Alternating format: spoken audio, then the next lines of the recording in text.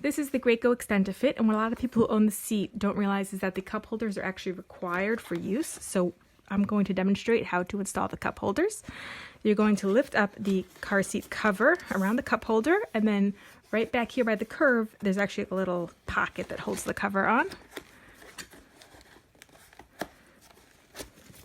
Now you're going to lift up the cover, and inside the cup holder casing is a little tiny notch, which matches up with the bottom of the cup holder itself. You'll see two notches on the sides, which line up with these two slits. So you're going to put the cup holder down and push firmly.